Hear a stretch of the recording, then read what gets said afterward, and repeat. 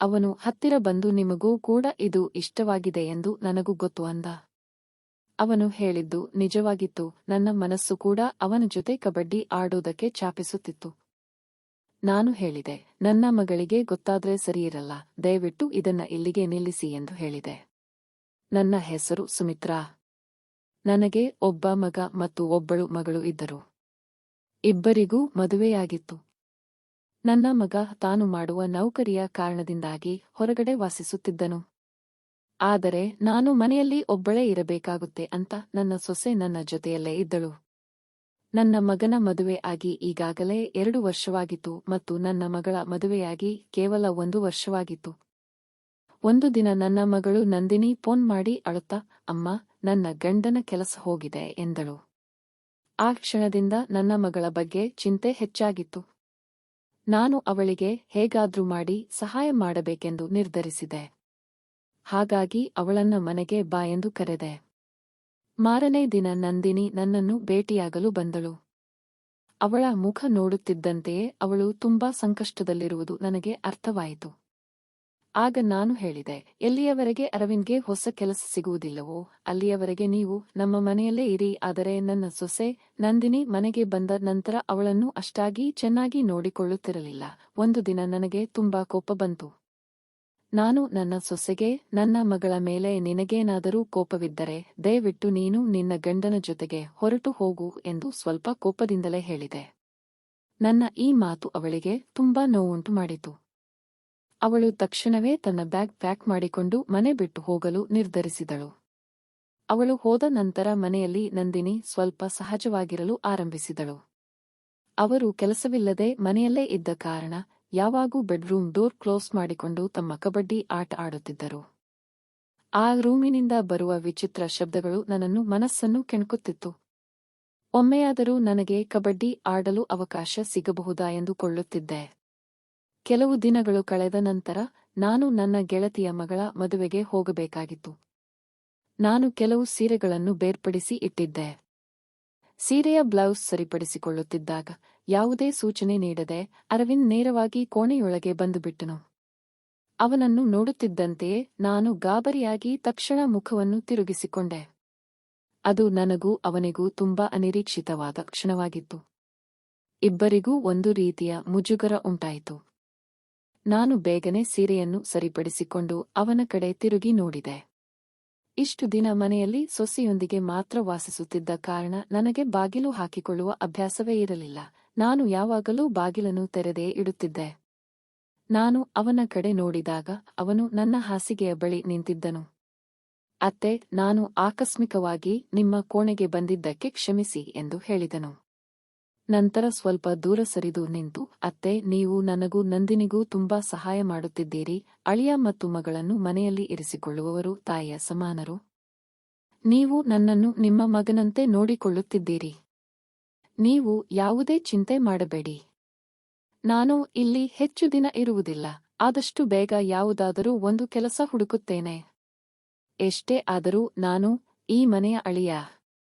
ಅಳಿಯನು ಮಾವನ ಮನೆಯಲ್ಲಿ ಹೆಚ್ಚು ದಿನ ಇರುವುದು ಒಳ್ಳೆಯದಲ್ಲ ಎಂದನು. ನಾನು ನಗುತ್ತಾ ಹೇಳಿದೆ, ಅರವಿಂದ್, ನನಗೆ ಧನ್ಯವಾದ ಹೇಳುವ ಅಗತ್ಯವೇ ಇಲ್ಲ. ನೀನು ಈ ಮನೆಯ ಒಬ್ಬನೇ ಅಳಿಯ. ಯಾವುದೇ ಸಂಕೋಚ ಬೇಡ. ಈ ಮನೆಯನ್ನು ನಿನ್ನ ಸ್ವಂತ ಮನೆಯೆಂದು ತಿಳಿದುಕೋ. ನನ್ನ ಮಾತು ಕೇಳುತ್ತಿದ್ದಂತೆಯೇ ಅವನು ಭಾವುಕನಾದ. ತಕ್ಷಣ ನನ್ನನ್ನು ಅಪ್ಪಿಕೊಂಡು, ಅತ್ತೆ, ನಿಮ್ಮ ಈ ಉಪಕಾರವನ್ನು ನಾನು ಎಂದಿಗೂ ಮರೆಯುವುದಿಲ್ಲ. ನೀವು ಮಾಡಿದ ಉಪಕಾರಕ್ಕೆ ಪ್ರತಿಯಾಗಿ ನಾನು ಏನಾದರೂ ಮಾಡಬಹುದೋ ಇಲ್ಲವೋ ಗೊತ್ತಿಲ್ಲ ಎಂದನು. ಅವನು ನನ್ನನ್ನು ಅಪ್ಪಿಕೊಂಡ ಕ್ಷಣ ನಾನು ಸ್ವಲ್ಪ ದಂಗಾಗಿ ಹೋದೆ. ಅಷ್ಟಕ್ಕೂ ಅವನು ನನ್ನ ಅಳಿಯ. ನಮ್ಮಿಬ್ಬರ ನಡುವೆ ಅಷ್ಟೊಂದು ಸಲುಗೆ ಇರಲಿಲ್ಲ. ಬಹುಶಃ ಇಂದಿನ ಪೀಳಿಗೆಯವರ ವರ್ತನೆ ಇದೇ ಇರಬಹುದು ಎಂದು ನಾನು ಮನಸ್ಸಿನಲ್ಲಿ ಯೋಚಿಸಿದೆ. ಆದರೆ ಗಂಡನಿಲ್ಲದ ನನಗೆ ಕ್ರಮೇಣ ನನ್ನ ಮನಸ್ಸಿನಲ್ಲಿ ಬೇಡದ ಆಲೋಚನೆಗಳು ಮೂಡತೊಡಗಿದವು. ಒಂದು ದಿನ ನಾನು ನನ್ನ ಕೋಣೆಯಿಂದ ಹೊರಗೆ ಬರುತ್ತಿದ್ದಾಗ ನಂದಿನಿಯ ಕೋಣೆಯಿಂದ ಜೋರಾಗಿ ಮಾತನಾಡುವ ಶಬ್ದ ಕೇಳಿಸಿತು. ಅವರಿಬ್ಬರ ನಡುವೆ ಜಗಳ ನಡೆಯುತ್ತಿದೆ ಎಂದು ಅಂದುಕೊಂಡು ನೇರವಾಗಿ ಅವರ ಕೋಣೆಗೆ ಹೋದೆ. ಅಲ್ಲಿ ಹೋಗಿ ನೋಡಿದಾಗ ನಂದಿನಿ ತನ್ನ ಗಂಡನಿಗೆ ಕೋಪದಿಂದ ಮಾತನಾಡುತ್ತಿದ್ದಳು. 15 ದಿನಗಳಾಯಿತು, ಇನ್ನೂ ಹೊಸ ಕೆಲಸ ಹುಡುಕಿಕೊಳ್ಳಲು ಆಗಲಿಲ್ಲ. ಇಡೀ ದಿನ ಲ್ಯಾಪ್ಟಾಪ್ ಮುಂದೆ ಕುಳಿತು ಏನು ಮಾಡುತ್ತೀರಾ ನೀವು, ಮನೆಯಲ್ಲಿ ಕುಳಿತು ನಿಮ್ಮ ತಲೆ ಕೆಟ್ಟು ಹೋಗಿದೆ. ಈಗ ನನ್ನಿಂದ ಎಣ್ಣೆ ಹಚ್ಚಿ ಮಾಲೀಶ್ ಮಾಡಿಸಿಕೊಳ್ಳಬೇಕು ಅಂತೀರಾ? ಕೆಲಸಕ್ಕೂ ಬಾರದ ವ್ಯಕ್ತಿಗೆ ನಾನು ಮಾಲೀಶ್ ಮಾಡುವುದಿಲ್ಲ ಎಂದು ಅವಳು ಗಟ್ಟಿಯಾಗಿ ಹೇಳುತ್ತಿದ್ದಳು. ಅವಳು ನನ್ನ ಎದುರಲ್ಲೇ ತನ್ನ ಗಂಡನನ್ನು ಅವಮಾನಿಸುತ್ತಿದ್ದಳು. ಅದನ್ನು ಕೇಳಿದ ನಾನು ತಕ್ಷಣ ನಂದಿನಿ ಮಾತಿಗೆ ಹಿಡಿತಾ ಇರಲಿ. ಒಂದು ದಿನ ಅರವಿಂದ್ಗೆ ಖಂಡಿತವಾಗಿಯೂ ಕೆಲಸ ಸಿಗುತ್ತದೆ. ಈ ಕಷ್ಟದ ಸಮಯವೂ ಕಳೆಯುತ್ತದೆ. ಇಂತಹ ಸಮಯದಲ್ಲಿ ನೀನು ಅವನಿಗೆ ಮಾನಸಿಕ ಧೈರ್ಯ ಹೇಳಬೇಕು. ಗಂಡನ ಸೇವೆ ಮಾಡುವುದು ಪುಣ್ಯದ ಕೆಲಸ ಎಂದು ತಿಳಿಸಿದೆ. ನನ್ನ ಮಾತು ಕೇಳಿದ ನಂದಿನಿ ಕೋಪದಿಂದ ಹೇಳಿದಳು, ಅಮ್ಮ, ನಿನಗೆ ನಿನ್ನ ಅಳಿಯ ಇಷ್ಟೊಂದು ಪ್ರೀತಿಪಾತ್ರನಾಗಿ ಕಂಡರೆ ನೀನೇ ಅವರಿಗೆ ಎಣ್ಣೆ ಹಚ್ಚಿ ಮಾಲೀಶ್ ಮಾಡು. ಅವಳ ಮಾತು ಕೇಳಿ ನಾನು ಏನೋ ಹೇಳಲು ಮುಂದಾದೆ. ಆದರೆ ಅಷ್ಟರಲ್ಲೇ ಅರವಿಂದ್ ನನ್ನ ಕೈ ಹಿಡಿದು ಹೊರಗೆ ಕರೆದುಕೊಂಡು ಬಂದನು. ಅತ್ತೆ, ನಂದಿನಿಯ ಸಿಡುಕಿನ ಸ್ವಭಾವವನ್ನು ನಾನು ಅರ್ಥಮಾಡಿಕೊಳ್ಳಬಲ್ಲೆ. ನನ್ನಂಥ ವ್ಯಕ್ತಿ ಮನೆಯಲ್ಲಿ ಖಾಲಿ ಕುಳಿತುಕೊಳ್ಳುವುದು ಯಾರಿಗೂ ಇಷ್ಟವಾಗುವುದಿಲ್ಲ. ನಾನು ಏನು ಮಾಡಲಿ, ಎಷ್ಟೇ ಪ್ರಯತ್ನಿಸಿದರೂ ನನಗೆ ಕೆಲಸ ಸಿಗುತ್ತಿಲ್ಲ. ಬಹುಶಃ ನನ್ನ ಅದೃಷ್ಟವೇ ಸರಿಯಿಲ್ಲವೇನೋ ಎಂದು ಹೇಳುತ್ತಾ ಅವನ ಕಣ್ಣಲ್ಲಿ ನೀರು ತುಂಬಿತು. ಅವನ ಸ್ಥಿತಿಯನ್ನು ನೋಡಿ ನನಗೆ ತುಂಬಾ ಬೇಸರವಾಯಿತು. ನಾನು ಅವನಿಗೆ ಧೈರ್ಯ ಹೇಳುತ್ತಾ, ನೋಡಪ್ಪ ಅರವಿಂದ್, ಇಂಥ ಸಮಯದಲ್ಲಿ ನೀನು ಧೈರ್ಯ ಕಳೆದುಕೊಳ್ಳಬೇಡ. ಎಲ್ಲವೂ ಸರಿಯಾಗುತ್ತದೆ. ಬಾ, ಈ ಹಾಸಿಗೆಯ ಒಂದು ತುದಿಯಲ್ಲಿ ಕುಳಿತುಕೋ. ನಾನು ನಿನಗೆ ಎಣ್ಣೆ ಹಚ್ಚಿ ತಲೆ ಮಾಲೀಶ್ ಮಾಡುತ್ತೇನೆ. ಇದರಿಂದ ನಿನ್ನ ಮನಸ್ಸು ಶಾಂತವಾಗುತ್ತದೆ ಮತ್ತು ಒಳ್ಳೆಯ ನಿದ್ದೆಯೂ ಬರುತ್ತದೆ ಎಂದೆ. ಆಗ ಅವನು, ಪರವಾಗಿಲ್ಲ ಅತ್ತೆ, ಸುಮ್ಮನೆ ನಿಮಗೆ ಯಾಕೆ ತೊಂದರೆ ಅಂದನು. ಆದರೆ ನಾನು ಹೇಳಿದೆ, ನನಗೇನು ತೊಂದರೆ ಇಲ್ಲ, ನೀನು ಕೂಡ ನನ್ನ ಮಗನಂತೆ ಅಲ್ಲವೇ ಅಂತ ಹೇಳಿದೆ. ಅದಕ್ಕೆ ಅವನು ಮಾತಿಲ್ಲದೆ ಬಂದು ಹಾಸಿಗೆಯ ಮೇಲೆ ಕುಳಿತನು. ನಾನು ನಿಧಾನವಾಗಿ ಅವನ ತಲೆಗೆ ಎಣ್ಣೆ ಹಚ್ಚಿ ಮಾಲೀಶ್ ಮಾಡಲು ಆರಂಭಿಸಿದೆ. ಸ್ವಲ್ಪ ಹೊತ್ತಿನ ನಂತರ ಅವನು ನನ್ನ ಕೈ ಹಿಡಿದು, ಅತ್ತೆ, ನಿಮ್ಮ ಕೈಗಳಲ್ಲಿ ನಿಜವಾಗಿಯೂ ಜಾದೂ ಇದೆ. ನೀವು ಮಾಲೀಶ್ ಮಾಡಿದ ತಕ್ಷಣ ನನ್ನ ತಲೆನೋವು ಕಡಿಮೆಯಾಗಿದೆ. ಸಾಧ್ಯವಾದರೆ ನನ್ನ ಕುತ್ತಿಗೆಯ ಬಳಿಯೂ ಸ್ವಲ್ಪ ಮಾಲೀಶ್ ಮಾಡುತ್ತೀರಾ ಎಂದು ಕೇಳಿದನು. ಅವನ ಮಾತು ಕೇಳಿದ ತಕ್ಷಣ ನನಗೆ ನನ್ನ ಗಂಡನ ನೆನಪಾಯಿತು. ಯಾಕಂದ್ರೆ ನನ್ನ ಗಂಡ ಬದುಕಿದ್ದಾಗ ಇದೇ ತರ ನನ್ನ ಹತ್ತಿರ ಮಾಲೀಶ್ ಮಾಡಿಸಿಕೊಳ್ಳುತ್ತಿದ್ದರು ಮತ್ತು ಅದೇ ಗ್ಯಾಪ್ನಲ್ಲಿ ನನಗೆ ಒಂದು ರೌಂಡ್ ಹಾಕಿಬಿಡುತ್ತಿದ್ದರು. ಇದನ್ನ ಕೇಳಿ ನನಗೆ ಒಂದು ರೀತಿಯ ಮುಜುಗರವಾಯಿತು. ಆಗ ನಾನು ಏನೂ ಹೇಳದೆ ಕುತ್ತಿಗೆಯ ಭಾಗಕ್ಕೂ ಸ್ವಲ್ಪ ಮಾಲೀಶ್ ಮಾಡತೊಡಗಿದೆ. ಆಗ ನನ್ನ ಉಸಿರಾಟ ದೀರ್ಘವಾಗಿತ್ತು ಮತ್ತು ಎದೆ ಬಡಿತ ಜೋರಾಗಿತ್ತು. ನನ್ನ ಮನಸ್ಸಿನೊಳಗೆ ಏನೋ ಅಸಹಜ ಭಾವನೆ ಕಾಡತೊಡಗಿತು. ಸ್ವಲ್ಪ ಹೊತ್ತಿನ ನಂತರ ನನ್ನ ಕೈ ನೋಯುತ್ತಿದೆ ಎಂದು ನೆಪ ಹೇಳಿ ಅಲ್ಲಿಂದ ದೂರ ಸರಿದೆ. ಕೆಲವು ದಿನಗಳ ನಂತರ ಅರವಿಂದ್ಗೆ ಹೊಸ ನೌಕರಿ ಸಿಕ್ಕಿತು. ಆ ಸುದ್ದಿ ಕೇಳಿ ಎಲ್ಲರಿಗೂ ತುಂಬಾ ಸಂತೋಷವಾಯಿತು. ಅದೇ ಸಮಯದಲ್ಲಿ ನಂದಿನಿ ತಾನು ಗರ್ಭಿಣಿಯಾಗಿರುವ ವಿಷಯವನ್ನು ತಿಳಿಸಿದಳು. ಅರವಿಂದ್ಗೆ ಕೆಲಸ ಸಿಕ್ಕಿದ್ದರಿಂದ ಅವನು ಮತ್ತು ನಂದಿನಿ ತಮ್ಮ ಮನೆಗೆ ಹೋಗಲು ಸಿದ್ಧರಾದರು. ಆಗ ನಾನು, ಇನ್ನೂ 2 ದಿನ ಇಲ್ಲೇ ಇರಿ. ಈ ಸಂತೋಷದ ಸಮಯದಲ್ಲಿ ನಿಮ್ಮಿಬ್ಬರೂ ನನ್ನ ಜೊತೆಯಲ್ಲಿದ್ದರೆ ನನಗೆ ತುಂಬಾ ಖುಷಿಯಾಗುತ್ತದೆ ಎಂದು ಹೇಳಿದೆ. ಅವರು ನನ್ನ ಮಾತಿಗೆ ಒಪ್ಪಿಕೊಂಡರು. ಆದರೆ ಆ 2 ದಿನಗಳಲ್ಲಿ ನಂದಿನಿಯ ಆರೋಗ್ಯ ಸ್ವಲ್ಪ ಹದಗೆಟ್ಟಿತು. ಅವಳ ಪರಿಸ್ಥಿತಿ ನೋಡಿ, ಈ ಸ್ಥಿತಿಯಲ್ಲಿ ಅವಳನ್ನು ಒಬ್ಬಳೇ ಕಳುಹಿಸುವುದು ಸರಿಯಲ್ಲ, ಅಲ್ಲಿ ಹೋಗಿ ಮನೆ ಕೆಲಸಗಳನ್ನು ಮಾಡಲು ಆಗುವುದಿಲ್ಲ ಎಂದು ನಾನು ಯೋಚಿಸಿದೆ. ಆದ್ದರಿಂದ ನಂದಿನಿ ಸಂಪೂರ್ಣವಾಗಿ ಚೇತರಿಸಿಕೊಳ್ಳುವವರೆಗೂ ನನ್ನ ಮನೆಯಲ್ಲೇ ಇರಲಿ ಎಂದು ನಿರ್ಧರಿಸಿದೆ. ಹೀಗೆ ದಿನಗಳು ಕಳೆಯತೊಡಗಿದವು. ಅರವಿಂದ್ ಪ್ರತಿದಿನ ಬೆಳಿಗ್ಗೆ ಕಚೇರಿಗೆ ಹೋಗುತ್ತಿದ್ದನು. ಅವನಿಗೆ ಬೆಳಗಿನ ಉಪಹಾರವನ್ನು ನಾನು ತಯಾರಿಸುತ್ತಿದ್ದೆ. ಟಿಫಿನ್ ಬಾಕ್ಸನ್ನು ನಾನೇ ಸಿದ್ಧಪಡಿಸುತ್ತಿದ್ದೆ. ಅವನನ್ನು ನಾನು ನನ್ನ ಮಗನಂತೆ ನೋಡಿಕೊಳ್ಳುತ್ತಿದ್ದೆ. ಅವನು ಕೂಡ ನನ್ನ ಬಗ್ಗೆ ತುಂಬಾ ಗೌರವದಿಂದ ವರ್ತಿಸುತ್ತಿದ್ದನು. ಪ್ರತಿದಿನ ಸಂಜೆ ಕೆಲಸ ಮುಗಿಸಿ ಮನೆಗೆ ಬಂದ ನಂತರ ಆಯಾಸವಾಗಿದ್ದರೂ ಮನೆಯ ಕೆಲಸಗಳಲ್ಲಿ ನನಗೆ ಸಹಾಯ ಮಾಡುತ್ತಿದ್ದನು. ನೋಡುತ್ತಾ ನೋಡುತ್ತಾ ನಂದಿನಿ ಮತ್ತು ಅರವಿಂದ್ ನಮ್ಮ ಮನೆಯಲ್ಲೇ ಇದ್ದು 1 ತಿಂಗಳು ಕಳೆಯಿತು. ಗರ್ಭಿಣಿಯಾಗಿದ್ದ ಕಾರಣ ನಂದಿನಿಯ ಮನಸ್ಥಿತಿ ಆಗಾಗ ಬದಲಾಗುತ್ತಿತ್ತು. ಅರವಿಂದ್ಗೆ ಅದರ ಬಗ್ಗೆ ಸರಿಯಾಗಿ ತಿಳಿದಿರಲಿಲ್ಲ. ಅದೇ ಕಾರಣಕ್ಕೆ ಅವರಿಬ್ಬರ ನಡುವೆ ಆಗಾಗ ಸಣ್ಣ ಪುಟ್ಟ ಜಗಳಗಳು ನಡೆಯುತ್ತಿದ್ದವು. ನಾನು ಪ್ರತಿದಿನವೂ ಅವರ ಮಾತಿನ ಚಕಮಕಿಯನ್ನು ಕೇಳುತ್ತಿದ್ದೆ. ಆದರೆ ಇದು ಗಂಡ ಹೆಂಡತಿಯರ ನಡುವೆ ನಡೆಯುವ ಸಾಮಾನ್ಯ ಜಗಳ ಎಂದುಕೊಂಡು ನಾನು ಹೆಚ್ಚಿನ ಗಮನ ಕೊಡಲಿಲ್ಲ. ಒಂದು ರಾತ್ರಿ ಅರವಿಂದ್ ನನ್ನ ಕೋಣೆಗೆ ಬಂದು, ಅತ್ತೆ, ಈಗ ನನಗೆ ನಂದಿನಿಯ ಕೋಣೆಯಲ್ಲಿ ಮಲಗಲು ಸಾಧ್ಯವಾಗುತ್ತಿಲ್ಲ. ಸ್ವಲ್ಪ ನನ್ನ ಕೈ ತಗುಲಿದರೂ ಅವಳು ನನ್ನ ಮೇಲೆ ಕೋಪಗೊಳ್ಳುತ್ತಾಳೆ. ಅವಳ ಈ ಸಿಡುಕುತನದಿಂದ ನನಗೆ ರಾತ್ರಿ ಸರಿಯಾಗಿ ನಿದ್ದೆಯೇ ಬರುತ್ತಿಲ್ಲ. ಕಳೆದ 3 ದಿನಗಳಿಂದ ಕಚೇರಿಯಲ್ಲೂ ತುಂಬಾ ಕೆಲಸದ ಒತ್ತಡ ಇದೆ. ಸರಿಯಾಗಿ ವಿಶ್ರಾಂತಿ ಸಿಗದಿದ್ದರೆ ಕೆಲಸ ಮಾಡಲು ಕಷ್ಟವಾಗುತ್ತದೆ ಎಂದು ಹೇಳಿದನು. ಅವನ ಮಾತು ಕೇಳಿದ ನಾನು, ಅರವಿಂದ್, ನಂದಿನಿ ಈಗ ಯಾವ ಸ್ಥಿತಿಯಲ್ಲಿದ್ದಾಳೋ ಆ ಸಮಯದಲ್ಲಿ ಮಹಿಳೆಯರ ಸ್ವಭಾವದಲ್ಲಿ ಇಂತಹ ಬದಲಾವಣೆಗಳು ಸಾಮಾನ್ಯ. ನೀನು ಅವಳನ್ನು ಅರ್ಥಮಾಡಿಕೊಳ್ಳಬೇಕು. ಸ್ವಲ್ಪ ಸಹನೆ ಇಟ್ಟುಕೋ ಎಂದು ಸಲಹೆ ನೀಡಿದೆ. ಅವನು ತಲೆಯಾಡಿಸಿ, ಅತ್ತೆ, ನನಗೆ ಎಲ್ಲವೂ ಅರ್ಥವಾಗುತ್ತದೆ, ಆದರೆ ಇದು ನನ್ನ ಆರೋಗ್ಯದ ಪ್ರಶ್ನೆಯೂ ಆಗಿದೆ. ಸರಿಯಾಗಿ ವಿಶ್ರಾಂತಿ ಸಿಗದಿದ್ದರೆ ಕಚೇರಿಯಲ್ಲಿ ಕೆಲಸ ಮಾಡಲು ಆಗುವುದಿಲ್ಲ. ನಿಮಗೆ ಅಭ್ಯಂತರವಿಲ್ಲದಿದ್ದರೆ ಇಂದಿನಿಂದ ನಾನು ನಿಮ್ಮ ಕೋಣೆಯಲ್ಲಿ ಮಲಗಬಹುದೇ ಎಂದು ಕೇಳಿದನು. ಆ ಪ್ರಶ್ನೆ ಕೇಳಿದ ಕ್ಷಣ ನನಗೆ ಏನು ಹೇಳಬೇಕು ಅಂತ ಗೊತ್ತಾಗದೆ ನಾನು ಮೌನವಾಗಿ ಬಿಟ್ಟೆ. ಆ ಪ್ರಶ್ನೆ ಕೇಳಿದ ಕ್ಷಣ ನಾನು ತಕ್ಷಣ ಉತ್ತರ ನೀಡಲಿಲ್ಲ. ಸ್ವಲ್ಪ ಹೊತ್ತು ಯೋಚಿಸಿದೆ. ಅವನು ಬೇರೆ ದಾರಿ ಕಾಣದೆ ನನ್ನ ಬಳಿ ಸಹಾಯ ಕೇಳುತ್ತಿದ್ದಾನೆ ಎಂದು ನನಗೆ ಅನಿಸಿತು. ಆದ್ದರಿಂದ ಯಾವುದೇ ಅನುಮಾನಪಡದೆ, ಸರಿ ಅರವಿಂದ್, ಕೆಲವು ದಿನಗಳವರೆಗೆ ನನ್ನ ಕೋಣೆಯಲ್ಲೇ ಮಲಗು ಎಂದು ಹೇಳಿದೆ. ಆದರೂ ನನ್ನ ಮನಸ್ಸಿನಲ್ಲಿ ಒಂದು ಪ್ರಶ್ನೆ ಕಾಡುತ್ತಲೇ ಇತ್ತು. ಅರವಿಂದ್ ನಿಜವಾಗಿಯೂ ವಿಶ್ರಾಂತಿಗಾಗಿ ನನ್ನ ಕೋಣೆಯಲ್ಲಿ ಮಲಗಲು ಬಯಸುತ್ತಿದ್ದಾನೆಯೇ, ಅಥವಾ ಇದರ ಹಿಂದೆ ಬೇರೆ ಯಾವುದಾದರೂ ಕಾರಣವಿದೆಯೇ ಎಂದು ನಾನು ಯೋಚಿಸುತ್ತಲೇ ಇದ್ದೆ. ಆಗ ನಾನು ಹೋಗಿ ಅವಳ ಹತ್ತಿರ ಮಲಗೋಣ ಎಂದುಕೊಂಡೆ. ಆದರೆ ಅವಳು ಚಿಕ್ಕವಳಿದ್ದಾಗಿನಿಂದಲೂ ನನ್ನ ಜೊತೆ ಮಲಗುತ್ತಿರಲಿಲ್ಲ. ಯಾಕೆ ಅಂದ್ರೆ ಅವಳಿಗೆ ನನ್ನ ಗೊರಕೆ ಶಬ್ದ ಅಂದ್ರೆ ಆಗುತ್ತಿರಲಿಲ್ಲ. ಅರವಿಂದ್ ಕೂಡ ಗೊರಕೆ ಹೊಡೆಯುತ್ತಿದ್ದನಂತೆ. ಅದಕ್ಕಾಗಿಯೇ ಅವರ ಚಿಕ್ಕ ಪುಟ್ಟ ಜಗಳ ನಡೆಯುತ್ತಿದ್ದವು. ಆ ರಾತ್ರಿ ಅರವಿಂದ್ ನನ್ನ ಕೋಣೆಯಲ್ಲೇ ಮಲಗಿದ್ದನು. ಅವನನ್ನು ಬೆಡ್ ಮೇಲೆ ಮಲಗಿಸಿ ನಾನು ಕೆಳಗಡೆ ಮಲಗಿಕೊಂಡೆ. ಕೆಳಗೆ ಮಲಗಿದ್ದರಿಂದ ನನಗೆ ಮಾತ್ರ ಇಡೀ ರಾತ್ರಿ ನಿದ್ದೆಯೇ ಬರಲಿಲ್ಲ. ಸಾಮಾನ್ಯವಾಗಿ ನಾನು ರಾತ್ರಿ ಗೌನ್ ಧರಿಸಿ ಮಲಗುತ್ತಿದ್ದೆ. ಆದರೆ ಅರವಿಂದ್ ನನ್ನ ಕೋಣೆಯಲ್ಲಿದ್ದ ಕಾರಣ ನನಗೆ ಮುಜುಗರವಾಗಿ ಸೀರೆಯಲ್ಲೇ ಮಲಗಿದೆ. ಸೀರೆಯಲ್ಲಿ ಮಲಗಿದ್ದರಿಂದ ನನಗೆ ತುಂಬಾ ಕಿರಿಕಿರಿಯಾಯಿತು. ಇಡೀ ರಾತ್ರಿ ಸರಿಯಾಗಿ ನಿದ್ದೆಯಾಗಲಿಲ್ಲ. ಬೆಳಿಗ್ಗೆ ಅರವಿಂದ್ ನನ್ನ ಕಡೆ ನೋಡುತ್ತಾ ಹೇಳಿದನು, ಅತ್ತೆ, ನಿನ್ನೆ ರಾತ್ರಿ ನೀವು ಸರಿಯಾಗಿ ನಿದ್ದೆ ಮಾಡಲಿಲ್ಲ ಎನ್ನುವುದು ನನಗೆ ಗೊತ್ತಾಯಿತು. ಇದಕ್ಕೂ ಮೊದಲು ನಾನು ಗಮನಿಸಿದ್ದೇನೆ. ನೀವು ಸಾಮಾನ್ಯವಾಗಿ ಗೌನ್ ಧರಿಸಿ ಮಲಗುತ್ತೀರಿ. ನನ್ನಿಂದ ನೀವು ಸಂಕೋಚಪಡಬೇಕಾಗಿಲ್ಲ. ನಿಮಗೆ ಸೀರೆಯಲ್ಲಿ ನಿದ್ದೆ ಬರದೇ ಇದ್ದರೆ ಎಂದಿನಂತೆ ಗೌನ್ ಧರಿಸಿ ಮಲಗಿ. ನನ್ನನ್ನು ಅಳಿಯ ಎಂದು ಅಲ್ಲ, ಮಗನೆಂದು ಭಾವಿಸಿ ಅವನು ಹೇಳಿದ್ದು ನಿಜವೇ ಆಗಿತ್ತು. ಪ್ರಿಯ ವೀಕ್ಷಕರೇ, ಇಲ್ಲಿಂದ ಈ ಕತೆ ಇನ್ನೂ ರೋಮಾಂಚಕವಾಗಿದೆ. ಈ ಕತೆ ನಿಮಗೆ ಇಷ್ಟವಾಗಿದ್ದಲ್ಲಿ ಇದಕ್ಕೊಂದು ಲೈಕ್ ಕೊಡಿ, ಕಮೆಂಟ್ ಮಾಡಿ, ಶೇರ್ ಮಾಡಿ ಮತ್ತು ಸಬ್ಸ್ಕ್ರೈಬ್ ಮಾಡಿ. ಬನ್ನಿ ಕತೆಗೆ ವಾಪಸ್ ಹೋಗೋಣ. ನಾನು ಇಡೀ ರಾತ್ರಿ ಸೀರೆಯಲ್ಲಿ ಮಲಗಿದ್ದರಿಂದ ಸರಿಯಾಗಿ ವಿಶ್ರಾಂತಿಯೇ ಆಗಿರಲಿಲ್ಲ. ಇನ್ನೊಂದು ರಾತ್ರಿ ಕೂಡ ಇದೇ ರೀತಿ ಕಳೆಯುವುದಕ್ಕಿಂತ ಎಂದಿನಂತೆ ಬಟ್ಟೆ ಬದಲಾಯಿಸಿಕೊಳ್ಳುವುದೇ ಉತ್ತಮ ಎಂದುಕೊಂಡೆ. ಆದ್ದರಿಂದ ನಾನು ಬಟ್ಟೆ ಬದಲಾಯಿಸಿಕೊಂಡು ಮತ್ತೆ ಕೋಣೆಗೆ ಬಂದೆ. ನನ್ನನ್ನು ಗೌನ್ನಲ್ಲಿ ನೋಡಿದ ಅರವಿಂದ್ ಮುಗುಳ್ನಗುತ್ತಾ ಹೇಳಿದನು, ಅತ್ತೆ, ಈ ಉಡುಪಿನಲ್ಲಿ ನೀವು ತುಂಬಾ ಸುಂದರವಾಗಿ ಕಾಣುತ್ತಿದ್ದೀರಿ. ಅವನ ಮಾತು ಕೇಳಿ ನಾನು ಮುಜುಗರದಿಂದ ಸಣ್ಣದಾಗಿ ನಕ್ಕೆ. ಯಾವುದೇ ಉತ್ತರ ಕೊಡದೆ ನನ್ನ ಹಾಸಿಗೆಯಲ್ಲಿ ಮಲಗಿಕೊಂಡೆ. ದಿನ ಪೂರ್ತಿ ಕೆಲಸ ಮಾಡಿದ್ದರಿಂದ ನನಗೆ ಸ್ವಲ್ಪ ಮೈ ಕೈ ನೋವು ಇತ್ತು. ಇದನ್ನ ಗಮನಿಸಿದ ಅರವಿಂದ್, ಯಾಕೆ ಅತ್ತೆ, ಏನಾಯಿತು ಎಂದು ಕೇಳಿದ. ಏನಿಲ್ಲ ಅರವಿಂದ್, ಸ್ವಲ್ಪ ಸೊಂಟ ನೋವು ಎಂದೆ.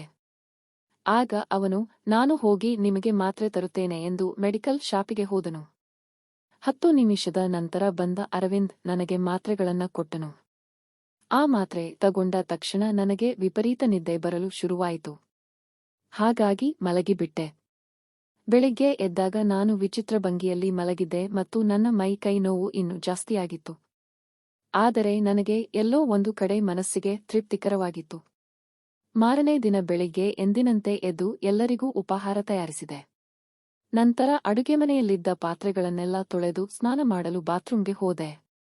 ಬಾತ್ರೂಂನಲ್ಲಿ ಸಾಬೂನಿನ ನೀರಿನ ಮೇಲೆ ಕಾಲಿಟ್ಟ ತಕ್ಷಣ ನನ್ನ ಕಾಲು ಜಾರಿ ನಾನು ಬಲವಾಗಿ ಕೆಳಗೆ ಬಿದ್ದೆ.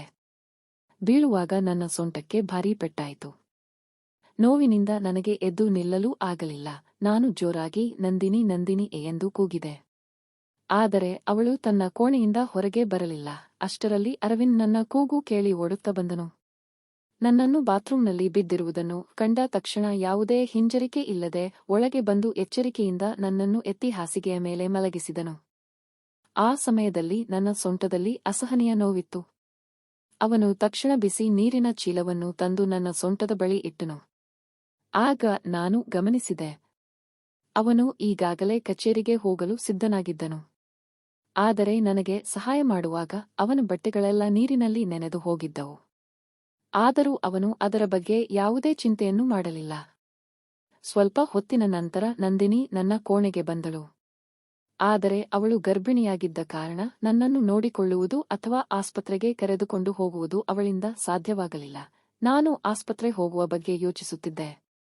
ಅಷ್ಟರಲ್ಲಿ ಅರವಿಂದ್, ಅತ್ತೆ ಬನ್ನಿ, ನಾನು ನಿಮ್ಮನ್ನು ಆಸ್ಪತ್ರೆಗೆ ಕರೆದುಕೊಂಡು ಹೋಗುತ್ತೇನೆ ಎಂದು ಹೇಳಿದನು. ನಾನು ಅವನನ್ನು ತಡೆದು, ಬೇಡ ಅರವಿಂದ್, ಸ್ವಲ್ಪ ವಿಶ್ರಾಂತಿ ತೆಗೆದುಕೊಂಡರೆ ನೋವು ಕಡಿಮೆಯಾಗುತ್ತದೆ. ಆಸ್ಪತ್ರೆಗೆ ಹೋಗುವ ಅಗತ್ಯ ಇಲ್ಲ ಎಂದು ಹೇಳಿದೆ. ನನ್ನ ಮಾತು ಕೇಳಿ ಅವನು ಒತ್ತಾಯ ಮಾಡಲಿಲ್ಲ. ಕಚೇರಿಗೆ ಹೊರಡುವ ಮೊದಲು ನಂದಿನಿಯ ಕಡೆ ತಿರುಗಿ, ನಾನು ಮನೆಗೆ ಬರುವವರೆಗೂ ಅತ್ತೆಯನ್ನು ಚೆನ್ನಾಗಿ ನೋಡಿಕೋ ಎಂದು ಹೇಳಿ ಹೊರಟನು.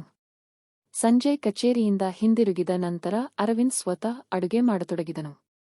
ನಂದಿನಿ ಗರ್ಭಿಣಿಯಾಗಿದ್ದ ಕಾರಣ ಅವಳಿಗೆ ಅಡುಗೆ ಮನೆಗೆ ಹೋಗಲು ಸಾಧ್ಯವಾಗುತ್ತಿರಲಿಲ್ಲ. ಆ ರಾತ್ರಿ ಅವನು ಮತ್ತೆ ನನ್ನ ಕೋಣೆಗೆ ಮಲಗಲು ಬಂದನು. ನಾನು ಸೊಂಟ ಹಿಡಿದು ಮಲಗಿದ್ದೆ. ಅವನು ತನ್ನ ಬ್ಯಾಗಿನಿಂದ ನೋವು ನಿವಾರಕ ಮುಲಾಮನ್ನು ತೆಗೆದು, ಅತ್ತೆ, ಇದನ್ನು ಹಚ್ಚಿದರೆ ನಿಮಗೆ ಸ್ವಲ್ಪ ಆರಾಮವಾಗುತ್ತದೆ ಎಂದನು. ನನಗೆ ಅವನಿಂದ ಈ ರೀತಿ ಸೇವೆ ಮಾಡಿಸಿಕೊಳ್ಳಲು ಮುಜುಗರವಾಗುತ್ತಿತ್ತು. ಬೇಡ ಅರವಿಂದ್, ನಾನು ಮಾಡಿಕೊಂಡುಕೊಳ್ಳುತ್ತೇನೆ ಎಂದು ಎಷ್ಟೇ ಹೇಳಿದರೂ ಅವನು ಕೇಳಲಿಲ್ಲ. ನಂದಿನಿ ಈಗ ನಿಮ್ಮನ್ನು ನೋಡಿಕೊಳ್ಳಲು ಸಾಧ್ಯವಾಗುವುದಿಲ್ಲ, ಆದ್ದರಿಂದ ನಿಮ್ಮ ಸೇವೆ ಮಾಡುವ ಅವಕಾಶ ನನಗೆ ಸಿಕ್ಕಿದೆ. ದಯವಿಟ್ಟು ನಿರಾಕರಿಸಬೇಡಿ ಎಂದು ಅವನು ವಿನಂತಿಸಿಕೊಂಡನು. ಕೊನೆಗೆ ನಾನು ಮೌನವಾಗಿ ಬಿಟ್ಟೆ. ಅವನು ನಿಧಾನವಾಗಿ ನನ್ನ ಸೊಂಟದ ಬಳಿ ಮುಲಾಮನ್ನು ಹಚ್ಚತೊಡಗಿದನು. ಸ್ವಲ್ಪ ಹೊತ್ತಿನಲ್ಲೇ ನೋವು ಕಡಿಮೆಯಾಗುತ್ತಿರುವ ಅನುಭವವಾಯಿತು. ಆರೋಗ್ಯ ಸುಧಾರಿಸಿದಂತಾಗಿ ನನಗೆ ನಿದ್ದೆ ಆವರಿಸಿತು. ಆ ದಿನದಿಂದ ಕೆಲವು ದಿನಗಳವರೆಗೆ ಮನೆಯ ಹೆಚ್ಚಿನ ಜವಾಬ್ದಾರಿಯನ್ನು ಅರವಿಂದ್ ಹೊತ್ತುಕೊಂಡನು. ನಾನು ಅವನಿಗೆ, ನೀನು ಕಚೇರಿಯ ಕೆಲಸ ಮುಗಿಸಿ ಬಂದ ಮೇಲೆ ಇಷ್ಟು ಕೆಲಸ ಮಾಡುವುದು ಬೇಡ. ನಿನಗೂ ವಿಶ್ರಾಂತಿ ಬೇಕಲ್ಲ ಎಂದೆ. ಅವನು ನಗುತ್ತಾ, ಅತ್ತೆ, ಕುಟುಂಬಕ್ಕಾಗಿ ಮಾಡುವ ಕೆಲಸಕ್ಕೆ ಆಯಾಸ ಅನ್ನಿಸುವುದಿಲ್ಲ ಎಂದು ಉತ್ತರಿಸಿದನು. ಅವನ ಮಾತು ಕೇಳಿ ನನಗೆ ಹೆಮ್ಮೆಯಾಯಿತು. ಆದರೆ ಎಲ್ಲೋ ಒಂದು ಕಡೆ ಅರವಿಂದ್ ಮೇಲೆ ಡೌಟ್ ಬರೋದಕ್ಕೆ ಶುರು ಆಯಿತು. ಎಂದಿನಂತೆ ಅವನು ನನ್ನ ರೂಮಿಗೆ ಮಲಗಲು ಬಂದನು. ಆಮೇಲೆ ಅದೇ ಮಾತ್ರೆಯನ್ನ ಕೊಟ್ಟು, ಇದನ್ನು ತಗೊಳ್ಳಿ, ನಿಮಗೆ ರಾತ್ರಿ ಒಳ್ಳೆ ನಿದ್ದೆ ಬರುತ್ತೆ ಎಂದನು. ನಾನು ಮಾತ್ರೆ ತೆಗೆದುಕೊಂಡ ಹಾಗೆ ನಾಟಕ ಮಾಡಿ ನಿದ್ದೆ ಬರುತ್ತಿದೆ ಎಂದು ಮಲಗಿಬಿಟ್ಟೆ. ನಾನು ಮಲಗಿದ ತಕ್ಷಣ ಅವನು ತನ್ನ ಕೆಲಸವನ್ನ ಶುರು ಹಚ್ಚಿಕೊಂಡನು. ಅವನು ಈ ತರ ಮಾಡುವನು ಎಂದು ನಾನು ಯಾವತ್ತೂ ಊಹಿಸಿರಲಿಲ್ಲ. ಅವನು ನನ್ನ ಜೊತೆ ಸಂಪೂರ್ಣವಾಗಿ ಕಬಡ್ಡಿ ಆಡಲು ಶುರು ಮಾಡಿದ. ಇದರಿಂದ ನನಗೆ ತಡೆದುಕೊಳ್ಳಲಾಗದೆ ಸೌಂಡ್ ಮಾಡಿಬಿಟ್ಟೆ. ಅದನ್ನ ನೋಡಿ ಅವನು ಒಂದು ಕ್ಷಣ ತಬ್ಬಿಬ್ಬಾದ. ಅತ್ತೆ, ನೀವು ಯಾಕೆ ಎಚ್ಚರವಿದ್ದೀರ ಎಂದು ಕೇಳಿದ. ನಾನು ಹೇಳಿದೆ, ಯಾಕಂದ್ರೆ ನಾನು ಮಾತ್ರೆ ನುಂಗಲಿಲ್ಲ ಅದಕ್ಕೆ ಅಂತ. ಅವನಿಗೆ ಏನು ಹೇಳಬೇಕು ಎಂದು ಗೊತ್ತಾಗದೆ ಬೇಗನೆ ಹಿಂದೆ ಸರಿದನು. ನಾನು ಕಪಾಳಕ್ಕೆ ಒಂದು ಕೊಟ್ಟು, ನಿನಗೆ ಸ್ವಲ್ಪನಾದ್ರೂ ನಾಚಿಕೆ ಇಲ್ವಾ ಅಂತ ಕೇಳಿದೆ. ಅದಕ್ಕೆ ಅವನು, ದಯವಿಟ್ಟು ಕ್ಷಮಿಸಿ ಅತ್ತೆ, ನೀವು ಅಂದ್ರೆ ನಂಗೆ ತುಂಬಾ ಇಷ್ಟ ಅಂದುಬಿಟ್ಟ. ಇದನ್ನ ಕೇಳಿ ನನಗೆ ಇನ್ನೂ ಕೋಪ ಬಂದಿತು ಮತ್ತು ನನ್ನ ಮುಖ ಕೆಂಪಾಯಿತು. ಯಾಕಂದ್ರೆ ಎಷ್ಟೋ ದಿನಗಳ ಮೇಲೆ ನನಗೆ ಸುಖ ಸಿಕ್ಕಿತ್ತು. ನಾನು ಏನನ್ನೂ ಮಾತನಾಡದೆ ಮೌನವಾಗಿದ್ದೆ. ಅವನು ಹತ್ತಿರ ಬಂದು ಹೇಳಿದ, ನಿಮಗೆ ಇದು ಇಷ್ಟವಾಗಿದೆ ಎಂದು ನನಗೂ ಗೊತ್ತು ಅಂದ. ಅವನು ಹೇಳಿದ್ದು ನಿಜವಾಗಿತ್ತು. ನನ್ನ ಮನಸ್ಸು ಕೂಡ ಕಬಡ್ಡಿ ಆಡೋದಕ್ಕೆ ಛಾಪಿಸುತ್ತಿತ್ತು.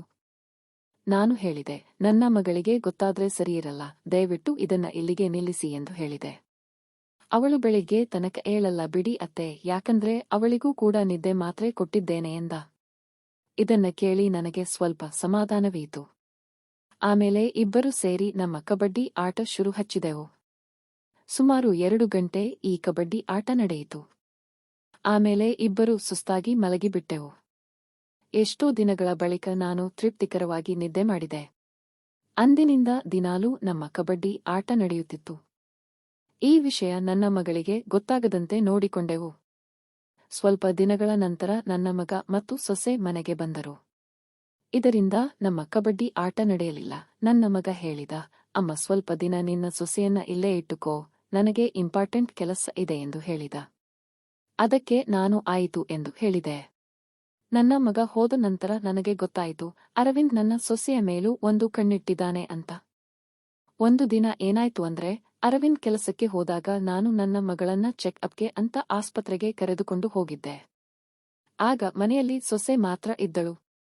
ಅವರಿಗೆ ಗೊತ್ತಿಲ್ಲದ ಹಾಗೆ ನಾನು ಮನೆಯಲ್ಲಿ ಕ್ಯಾಮೆರಾ ಸೆಟ್ ಮಾಡಿದ್ದೆ. ಬಂದು ನೋಡಿದಾಗ ಶಾಕ್ ಆಗೋಯ್ತು. ಯಾಕಂದ್ರೆ